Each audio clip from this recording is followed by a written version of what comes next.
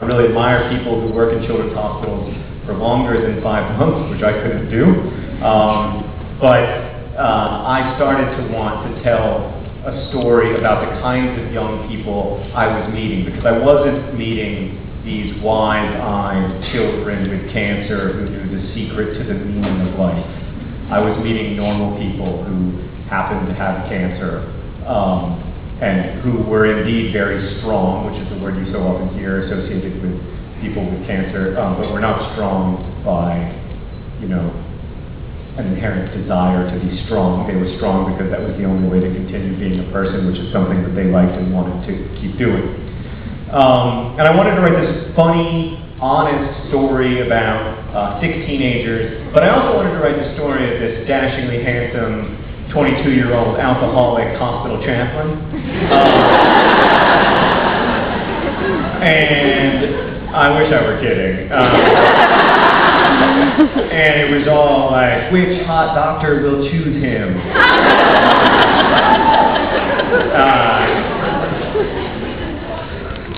And it was all very self-indulgent, to be frank with you, and it was also really sentimental, even though I was trying hard not to write a sentimental or nostalgic story. Ultimately, I was writing a sentimental and nostalgic story because I wasn't writing the story as a gift for you. I was writing a story to try to process my own trauma, my own sense of pain, my own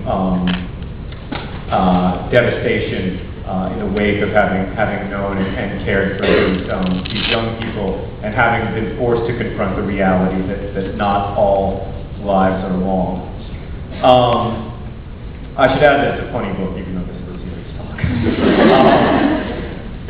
I tried to write this book. I ended up writing the book that became Looking for Alaska. I tried to write it again, and I wrote Catherine's. I tried to write it again, and I wrote Paper Towns. Then I quit writing it for a while because I was pretty sure that I couldn't do it. And every time I'd send some of it to my editor, she'd say, "This is great, but you should take out the chaplain." I would be like, "Well, that's not possible." He is the core of the story.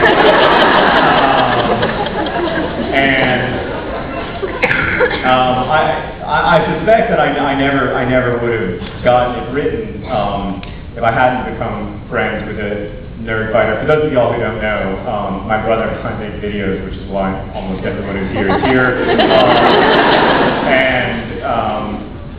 The community that sort of surrounds our videos is called the Nerd Fighter community, because we fight for nerd rights and for intellectualism.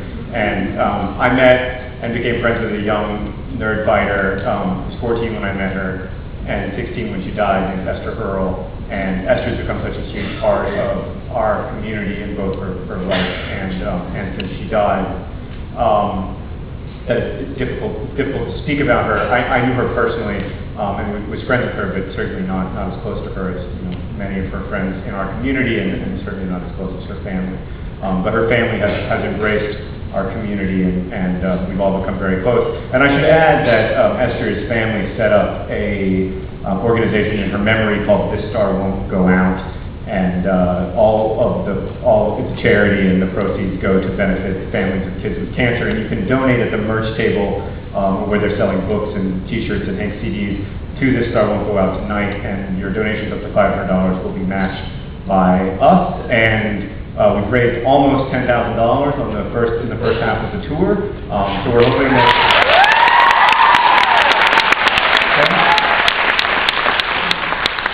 So we're hoping that you can keep that going, no pressure. But yes, if you only have one, T-shirts will only last you a couple of years. A donation to This Star Won't Go Out will last forever. But seriously, do buy some T-shirts. So, in knowing Esther, it wasn't so much that Esther was sick. It was that she was a young, sick person who was extraordinarily empathetic, and whose life was turned outward in a way that very few of our lives are. Who was very conscious and aware of other people, who found it easy to imagine others complexly, who understood the feelings of those around her. And that was the sort of central insight that finally allowed me to write the story. So we have a choice in what we think about every second. It often doesn't feel that way, but we choose what we think about every nanosecond of every day of the time that we spend being conscious human beings. And that is a limited amount of time. It is a temporary thing, consciousness, and we choose the directions in which we devote our consciousness. If we are thinking about the relative health of Justin Timberlake's romantic relationship, that is a choice. We chose to think about that. If you're thinking about quantum physics, that is a choice.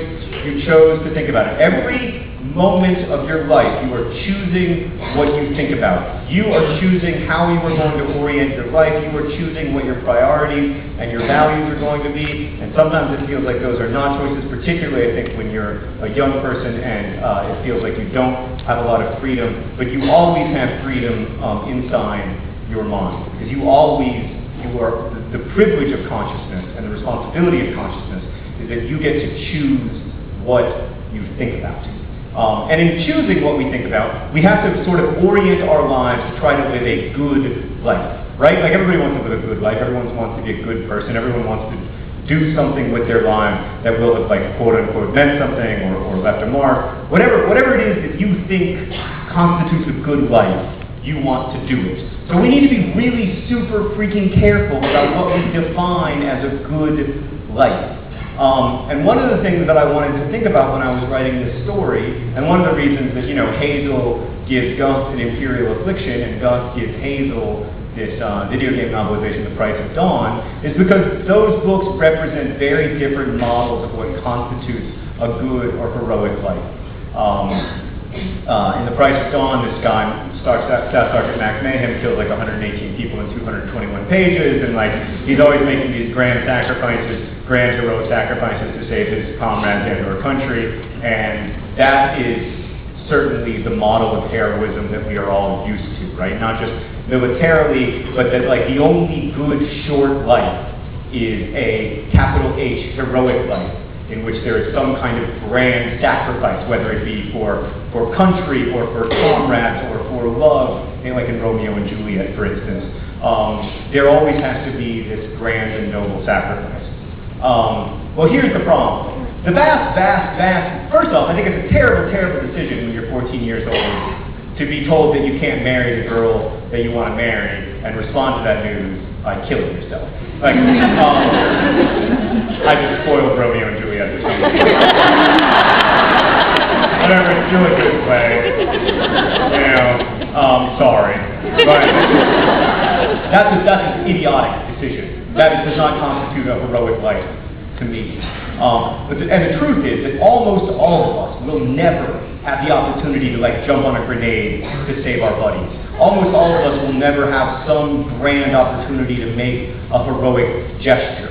So that leaves us with two choices, right? We can either live what is called a long and full life. Perhaps you have heard that phrase. I know that I have. My grandfather died 2 weeks ago at the age of 92, and when I was at his funeral, people told me over and over again that my grandfather had lived a long and full life, which he did. And there is no question about it, and he lived a good life. But some of us don't get to live to be 92. And the question really at the center of The Fault in Our Stars, and also the question that I think all of us faced in some ways, is what constitutes a good life? Is it possible to have a good life even if you don't have a long life? Is it possible to have a full life even if you don't have a long life? Because we have to confront that is a reality. That has been part of the human species from the first humans. And so we have to acknowledge the reality of that. And I would argue that it is possible to lead a full and good life that isn't a long life. And that's really what I wanted to, that was sort of the core question at the beginning of The Fault in Our Stars for me. And it took me 12 years to find a way to answer that question, hopefully. But I really believe that while the responsibility of all fiction is to be true, as far as you can be true while lying, the other responsibility of fiction is to be hopeful, because I believe that the truth is always hopeful. So that's why I wrote The Fault in Our Stars and how I came to write it. And but I would like to talk more about heroism and how it works, and grand sacrificial gestures and whatnot, and all that stuff that's in The Fault in Our Stars. But I feel like it would best be discussed in song. So